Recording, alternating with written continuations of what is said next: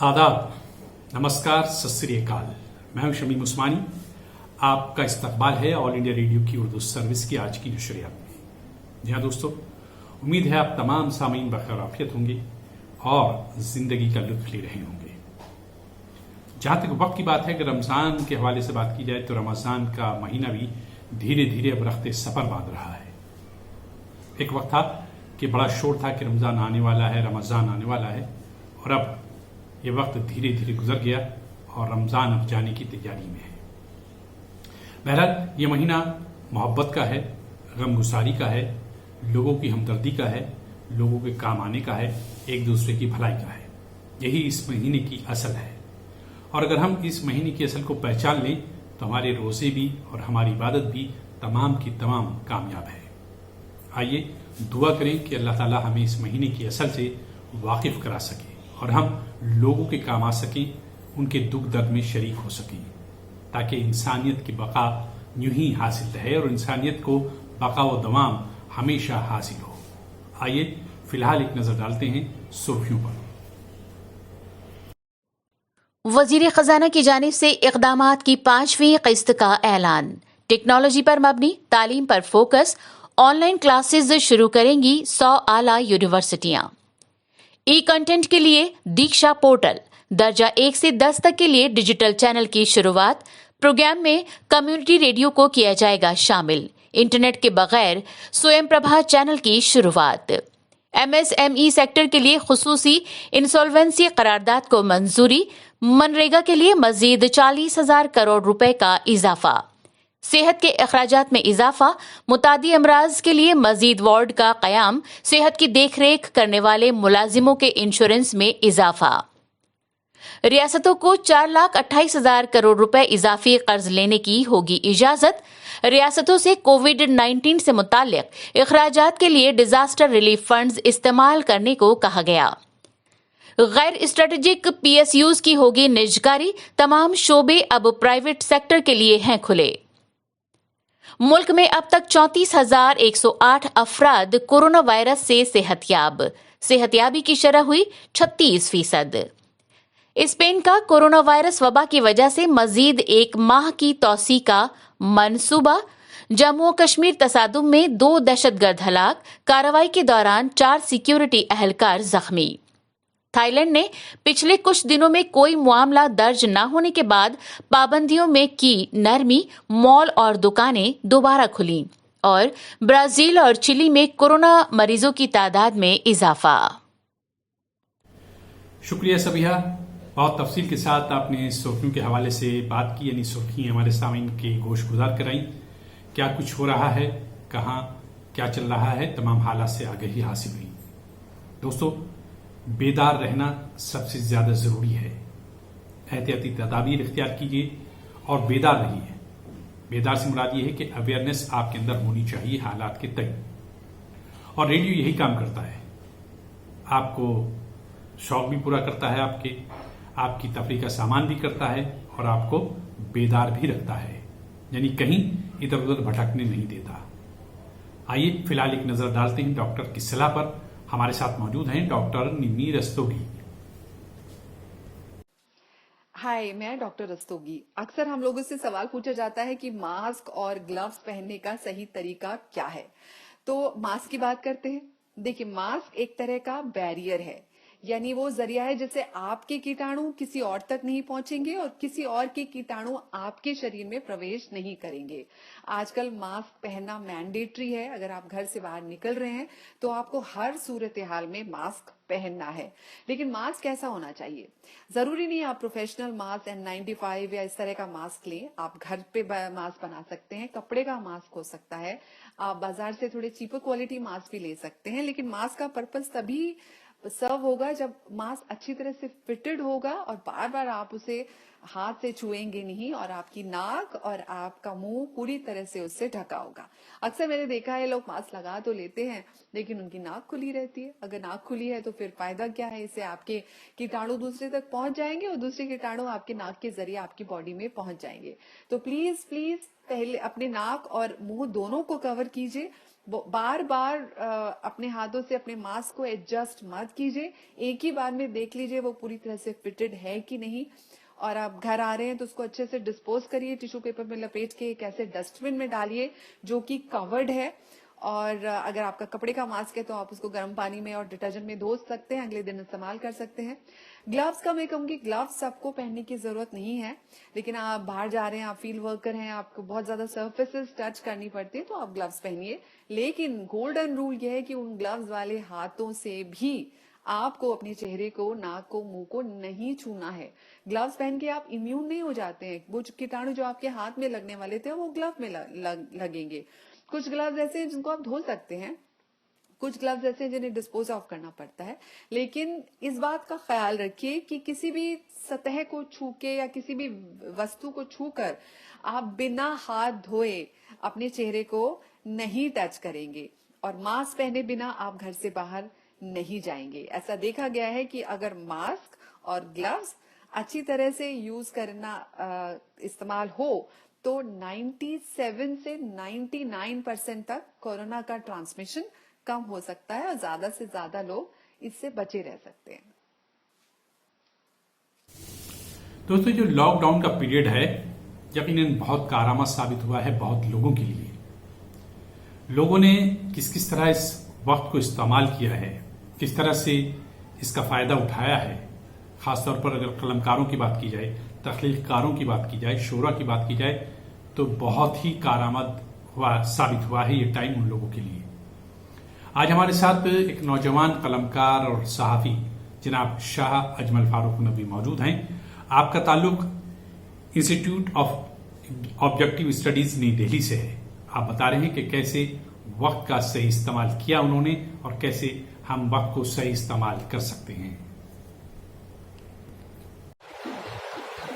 अस्सलाम वालेकुम नाजरीन, मेरी जानिब से आप सबको रमज़ान की पुरखुलूस मुबारकबाद। खुदा करे रमज़ान का ये महीना मेरे आपके हम सब के लिए बहुत मुबारक हो और हमारे लिए बहुत सारी खुशियाँ और बहुत सारी मुबारकबादियाँ लेकर आए।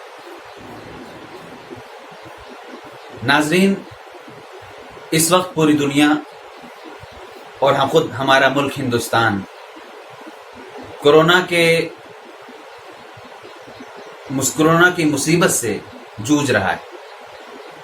कोरोना का वायरस पूरी दुनिया को अपने लपेट में ले चुका है। हजारों इंसान अपनी जान से हाथ धो चुके हैं और लाखों लोग इस खतरनाक बीमारी से मुतासिर हैं। लेकिन जिस तरह से एक इंसान को किसी मुसीबत का सामना करना चाहिए और हौसला दिखाना चाहिए, खुदा का शुक्र है कि पूरी दुनिया उस तरह का हौसला दिखा रही है। और ख़ासकर दुनिया की सबसे बड़ी जमहूरियत हिंदुस्तान इस मैदान में भी अच्छी परफॉर्मेंस और अच्छा किरदार पेश कर रही है।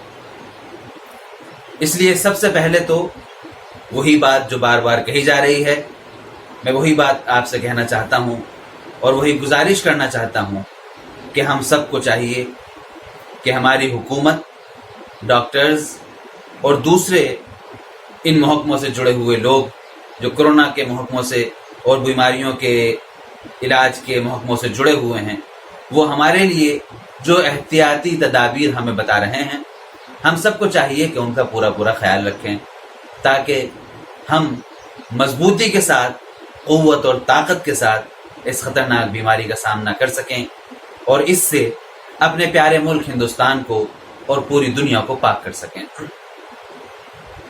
नाजरीन, कोरोना की वजह से हिंदुस्तान समेत दुनिया के अक्सर ममालिक में लॉकडाउन है। हम लोग अपने अपने घरों में बंद हैं। ऐसे में ये आमतौर पर एक परेशानी सबके जहन में है कि आखिर इस वक्त का इस्तेमाल किस तरह किया जाए। और चूंकि अब लॉकडाउन तकरीबन 2 महीने हमारे मुल्क हिंदुस्तान में चल चुका है, तो अब बहुत से लोग ये भी कह रहे हैं कि अब तो बहुत कम दिन बचे हैं, 2 महीने निकल चुके हैं, इसलिए अब तो हमें कोई प्लानिंग की ज़रूरत नहीं है और अब हमें कोई इसके सिलसिले में कोई सिस्टमेटिक कोई काम करने की जरूरत नहीं है। मेरे ख्याल से यह बहुत बड़ी गलतफहमी है। कोई भी इंसान, जिम्मेदार शहरी ये नहीं सोच सकता, और वो कतई कभी ये ख्याल नहीं कर सकता कि अब तो बस 1 घंटा ही फालतू बचा है, इस घंटे में क्या करें, अभी बस 1 दिन ही खाली है, इसमें क्या करना, बहुत बड़ा वक्त होता तब हम कुछ करते, थोड़े वक्त के लिए हम क्या प्लानिंग करें, क्या करें क्या ना करें, ये सोच सही नहीं। कई दिन तो बहुत बड़ी बात है और उसमें हम बहुत कुछ हासिल कर सकते हैं।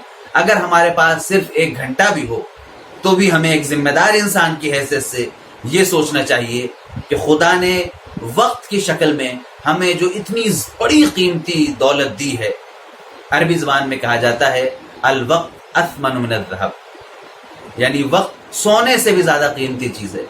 तो खुदा ने जो हमें इतनी कीमती चीज दी है, चाहे हमारे पास खाली वक्त कितना थोड़ा ही क्यों ना हो, हमें उसके लिए अच्छी प्लानिंग करके आगे काम करना चाहिए। इसलिए लॉकडाउन के जो अब दिन हमारे पास बचे हैं उसमें एक काम करने का बहुत जरूरी है, वो ये कि जो आम दिन में हम नहीं कर पाते, हम जिंदगी इतनी दौड़ भाग वाली और इतनी हंगामा खेज होती है कि उसमें हम बहुत सारे रिश्तेदारों से, बहुत सारे दोस्तों से और बहुत सारे दूर के रिश्तेदारों से नहीं मिल पाते और बहुत सारी चीजें हम नहीं कर पाते। हमें जरूरत है इस बात की कि हम प्री प्लान बाकायदा एक लिस्ट तैयार करके उन तमाम लोगों से कांटेक्ट करें, उन तमाम लोगों की खैरियत पूछें, किसी को किसी तरह की जरूरत हो, हमारे किसी गाइडेंस की जरूरत हो, या हम किसी को किसी दूसरे शहर में हो और हम उसको कोई अपनी मदद प्रोवाइड कर सकते हो, तो हमें चाहिए कि वो करें, और ताकि इससे हमारी जो रिश्तेदारियां हैं वो जुड़ें, हमारी जो दोस्ती यारियां हैं वो फीकी ना पड़ने पाए। इसके अलावा एक दूसरी चीज जो इस वक्त में हम कर सकते हैं वो ये कि बहुत मुख्तसर वक्त में हमारे मोबाइल में बहुत सारी इस तरह की एप्स मौजूद हैं जिससे हम मुख्तलिफ लैंग्वेजेस सीख सकते हैं, औरतें खाने पकाना सीख सकती हैं, और भी बहुत सारे फन, बहुत सारे आर्ट, बहुत सारी चीजें हैं जो हम सीख सकते हैं, तो हमें वो सीखना चाहिए। ये कभी ना सोचना चाहिए कि इतने दिन में एक पूरी लैंग्वेज कैसे आएगी, इतने दिन में मैं किसी डिश को बहुत अच्छी तरह से कैसे पका पाऊंगी, कोई औरत ये सोचे, ये गलत सोच है। अगर हम किसी लैंग्वेज में या किसी भी नई चीज को थोड़ा बहुत ही सीख लेते हैं, ABCD तक ही पहुंच पाते हैं, तब भी वो एक बड़ी चीज होती है। मेरे ज़हन में एक तीसरी चीज और है जो इन खाली दिनों में हम कर सकते हैं, वो ये कि हम अपने आसपास के जरूरतमंदों, आसपास के गरीब मोहताज लोगों की एक अच्छी लिस्ट तैयार कर सकते हैं। एक ऐसी लिस्ट जिसके जरिए कोरोना के दिनों में या लॉकडाउन के दिनों में या इसके बाद फिर हम दूसरी सोशल वर्क करने वाली तंजीमों से, ऑर्गेनाइजेशन से मिलकर उनके लिए हम कुछ मदद का सामान कर सकें। न जाने कितने गरीब बच्चे हमारे आस पड़ोस मोहल्लों में रहते हैं जो सड़कों पे घूमते रहते हैं, उनको पढ़ाई नहीं हो पाती, उनकी सिर्फ गरीबी की वजह से उनके नाम पते, उनके घर वगैरह, और बहुत सारी बेवाएं औरतें, विडोज हैं ऐसी जिनके शौहर इस दुनिया से जा चुके हैं, उनका कोई सहारा नहीं है। इस तरह के बहुत सारे जरूरतमंद हैं। हम लोगों को चाहिए उनकी एक लिस्टिंग कर लें, उनकी एक फहरिस्त बना लें, ताकि इन दिनों में भी, आगे अब ईद का त्यौहार आ रहा है, बिलखुसूस ईद के त्यौहार में हम खुशियां बांट सकें, और फिर इसके बाद जब लॉकडाउन खत्म हो जाए और हम कोरोना से आजाद हो जाएं, उस वक्त फिर हम लोग उनकी मदद कर सकें एक सिस्टमेटिक अंदाज में, और इसके जरिए हम इंसानों की मदद करके अपने आप को भी खुश कर सकें, अपने दिल को खुश कर सकें और अपने खुदा को खुश कर सकें। ये 2-3 चीजें मेरे जहन में थी जो मैं आपसे शेयर करना चाहता था कि इस लॉकडाउन को हम किस तरह ज्यादा मुफीद बना सकते हैं। इंशाअल्लाह अगर हमने इन बातों पर अमल किया, मैंने भी और आपने, हम सब ने, तो हम इस लॉकडाउन के बाद ये हमारे लिए कोई मुसीबत नहीं बनेगी ये लॉकडाउन, बल्कि बहुत अच्छी चीज हमारे लिए बनेगी और एक फ्रूटफुल चीज हमारे लिए सामने होगी, जिसके इसका फायदा हम दुनिया में भी उठाएंगे, दुनिया के बाद की जिंदगी में भी उठाते रहेंगे। उम्मीद है कि मैं, आप, हम सब इन तमाम बातों पे अमल करेंगे। इंशाअल्लाह किसी और दिन किसी और टॉपिक के साथ आपके सामने आएंगे। तब तक के लिए खुदा हाफिज। दोस्तों, रमजान के महीने में रूहानी कलाम सुनने का अपना ही अलग लुत्फ है, और अगर आवाज खुशकुन हो, यानी कि हमारी समातों को मीठी लगती हो और वो आवाज किसी बच्ची की हो, तो मजा, ये लुत्फ दोबाला हो जाता है। जी हाँ, आज हमारे साथ एक नन्ही बच्ची रियाज से अफीफा तिरमिजी मौजूद हैं।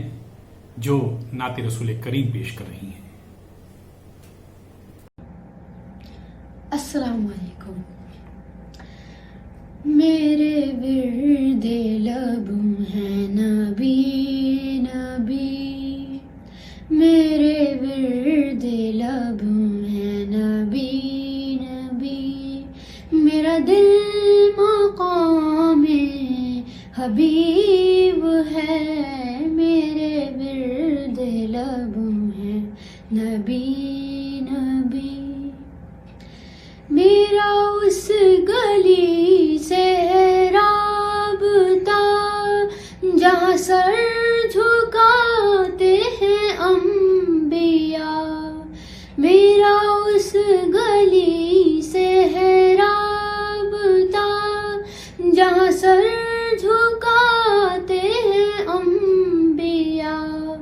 मैं मरीज़ इश्क़ रसूल हूँ, वो हबीब मेरा तबीब है, मेरे विर्दे लब हैं नबी नबी।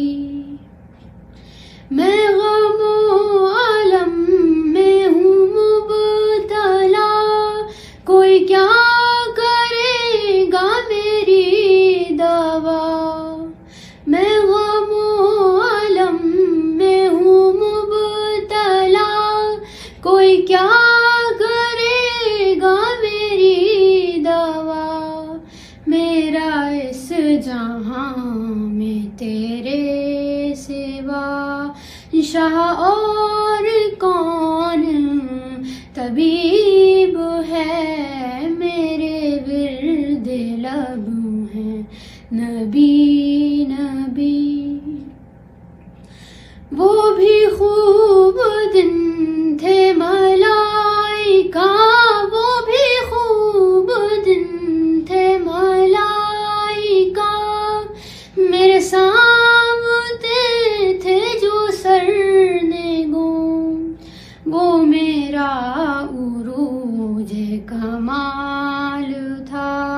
ये ज़वाल कितना अजीब है, मेरे विर्दे लब हैं नबी नबी, मेरा दिल मकाम हबीब है, मेरे विर्दे लब हैं नबी नबी।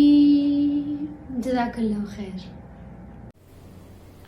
उस गैरत नाहीद की हर तान है दीपक, शोला सा लपक जाए है आवाज तुम्ही को। सुभान अल्लाह सुभान अल्लाह। क्या खूबसूरत अंदाज में, कितने कॉन्फिडेंस के साथ बच्ची ने नात पेश की है। हम इसके मुस्तकबिल के लिए दुआ गो हैं। और दोस्तों, अब हम आ गए हैं उस पड़ाव पर जहां गुफ्तगू होती है सामीन की ज़बानी। लेकिन फिलहाल आज हमारे साथ जो सामीन मौजूद हैं या सामे मौजूद हैं, वो मुख्तलिफ अंदाज में गुफ्तगू कर रहे हैं। अपना तारुफ खुद ही देंगे और क्या पेश कर रहे हैं जरा देखिए। तमाम सामाइन की खिदमत में दिनेश बारासरा का प्यार भरा आदाब। दोस्तों, आज हम आपकी खिदमत में एक अंताक्षरी लेकर हाजिर हुए हैं और अंताक्षरी का मौजू है दिल, यानी कि दिल पर फिल्माए गए नगमे। अंताक्षरी के दौरान मैं और मेरे साथी निराली आपके लिए आपका मनोरंजन करते हुए 5 मिनट का यह आइटम अंताक्षरी, जिसका मौजू है दिल। मेरे दिल में आज क्या है, तू कहे तो मैं बता दूं। मेरे दिल में आज क्या है, तू कहे तो मैं बता दूं। तेरी जुल्फ फिर संवारूं, तेरी मांग फिर सजा दूं। मेरे दिल में आज क्या है, तू कहे तो मैं बता दूं। दो दिल दीवाना बिन सजना के माने ना, ये पगला है समझाने से समझीना। न जा कहीं अब न जा, दिल के सिवा न जा कहीं अब न जा, दिल के सिवा यही दिल पूछा तेरा ए मेरे हमदम मेरे दोस्त, न जा कहीं अब न जा दिल के सिवा। वाह, वो दिल कहाँ से लाऊं, तेरी याद जो बुला दे, मुझे याद आने वाली कोई रास्ता बता दे, वो दिल कहाँ से लाऊं, तेरी याद जो बुला दे। दिल तड़प तड़प के कह रहा है आ भी जा, तू हमसे आंख ना चुरा, तुझे कसम है आ भी जा। दिल तड़प तड़प के कह रहा है आ भी जा, तू हमसे आंख ना चुरा, तुझे कसम है आ भी जा। जवान जाने मन हसीन दिल रुबा, मिले तो दिल जवा, निसार हो गया शिकारी खुद यहाँ, शिकार हो गया। ये क्या गजब हुआ, ये कैसे कब हुआ, न जानू मैं न जाने वो। आहा, जवान जाने मन हसीन दिल रुबा, मिले तो दिल जवा, निसार हो गया। ये दिल तुम बिन कहीं लगता नहीं, हम क्या करें तुम ही कह दो अब ये जाने वफा, हम क्या करें ये दिल तुम बिन कहीं लगता नहीं, हम क्या करें। रो रोजा जाने मन तू ही मेरा मन, तुझ बिन तरसे नैना, आँखों में तू है सांसों में तू है, आंखें बंद कर लूं तो मन में भी तू है, आँखों में तू सांसों में तू रोजा। नमस्कार। तमाम सुनने वालों को सबिहा की तरफ से प्यार भरा आदाब, अस्सलाम वालेकुम, नमस्ते नमस्ते। कैसे मिजाज आप सबके? अच्छे हैं आप सभी लोग? गर्मी परेशान तो नहीं करने लगी अभी से ही? अरे अभी तो इब्तिदाए इश्क है, क्या कहते हैं आगे? हाँ, रोता है क्या, आगे आगे देखिए होता है क्या। अभी तो मई का महीना है और कहते तो यही है कि भाई जून की जो गर्मी होती है वो जून पलट देती है, मतलब मिजाज बरहम हो जाते हैं। लेकिन खुदा का शुक्र है कि चूंकि काफ़ी दिनों से बंद है सब कुछ, तो पॉल्यूशन काफ़ी हद तक कम हुआ है और उस पॉल्यूशन के कम होने की वजह से जो गर्मी के मौसम की तमाज़त है उससे भी हम सबको काफ़ी राहत मिली है। क्यों? सही कहा ना मैंने बाबू। खैर, मैं आपको ये बताने वाली थी कि भाई गर्मी है तो गर्मी तो पड़ेगी, और आप अपने घर को ठंडा कैसे रखेंगे, क्योंकि जो ये हो गया कूलर हो गए या फिर एयर कंडीशन हो गए, ये बेशक हमारे लिए सहूलियत की चीज़ें हैं, लेकिन कहते हैं कि इनकी हवा में मुस्तकिल रहने से या ज़्यादा एसी में रहने से इसके कई मुज़िर असरात भी होते हैं।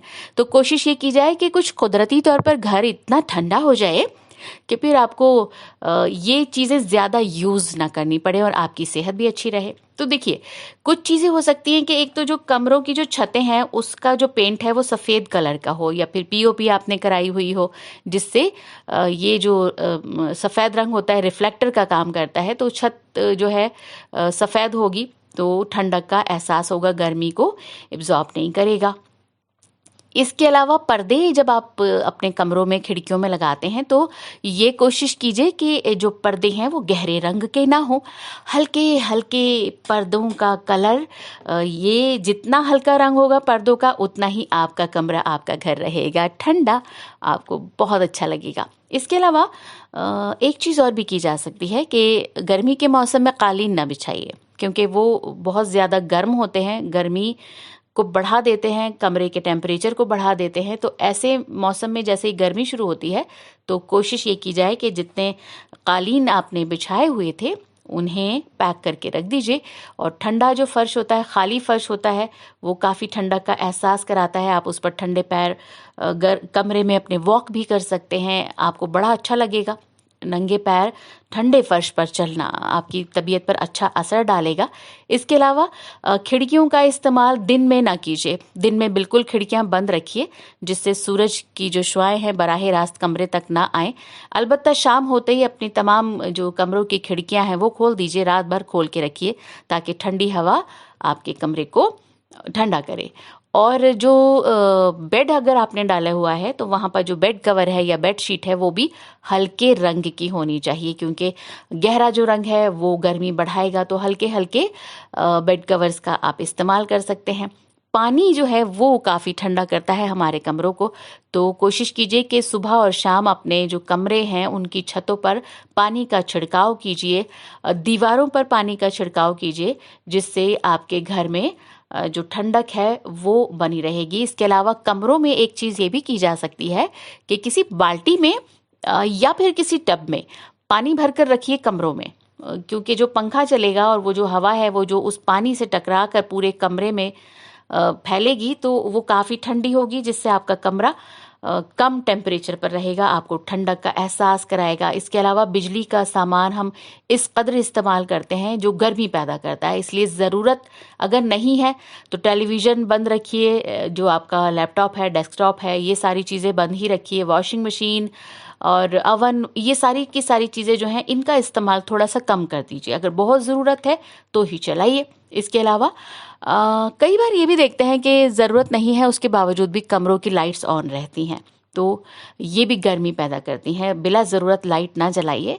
हा कितना ख्वाबनाक सा माहौल होगा जब हल्का हल्का मलगजा सा अंधेरा और पर्दे डले हुए कमरे में लाइट्स ऑफ हैं, ठंडी ठंडी सी हवा आपको कितना सुकून पहुंचाएगी। इसके अलावा इंडोर प्लांट्स लगाइए, जिससे आपके जो घर का माहौल है वो सेहतमंद भी बना रहेगा और साथ ही साथ आपको वो जो प्लांट्स हैं उनके ज़रिए ठंडक भी मिलती रहेगी। तो ये कुछ चीज़ें ऐसी हो सकती हैं, ये कुछ टिप्स ऐसे हो सकते हैं जिनके ज़रिए आप अपने घर को बेहद ठंडा बना सकते हैं इस मौसम में। और यकीन जानिए कि अगर आप इन चीज़ों पर अमल करते हैं मुतवातिर, तो फिर आपको कूलर या एसी वगैरह की बहुत ज़्यादा ज़रूरत महसूस नहीं होगी और आप भी कुछ ऐसे ऐसे गुनगुना सकेंगे मेरे साथ साथ। ये तेरा घर, ये मेरा घर, किसी को देखना हो कर तो पहले आके मांग ले मेरी नजर, तेरी नजर। ऑफ कोर्स बिल्कुल ऐसा ही होगा। आपका घर इतना खूबसूरत लगेगा माशाल्लाह कि हर कोई आके तारीफ भी करेगा, कितना प्यारा आपने उसे सजाया है और कितना ठंडा रहता है आपका घर, है ना। तो कीजिएगा इन टिप्स पर अमल। फिलहाल मैं आपसे लेती हूँ इजाज़त। सुनते रहिए क्या ऑल इंडिया रेडियो से उर्दू सर्विस, और भला क्या है इसके सिवा। चलिए साहिबो, सभी अभी गुफ्तगू कर चुकी और जाहिर है कि प्रोग्राम की जो मुख्तलिफ मशगूलात थी वो भी मुकम्मल हो चुके हैं आज के प्रोग्राम के, और अब वक्त कह रहा है कि आपसे इजाज़त ली जाए। लेकिन जाने से पहले वही दो बातें, अपना ख्याल रखिए, खुश रहिए, खुश रहने की कोशिश कीजिए। हालांकि लोग कहते हैं कि बहुत उदासियों का मौसम है, मैं कहता हूं कि बहुत अच्छा मौसम है कि आपको अपने घर वालों के पास रहने को मिल रहा है। खुदा का शुक्र अदा कीजिए, वरना बहुत से लोग ऐसे हैं जो अभी तक अपने घरों पर नहीं पहुंचे हैं, रास्ते में हैं, मुश्किल में हैं, दुश्वारियों में हैं।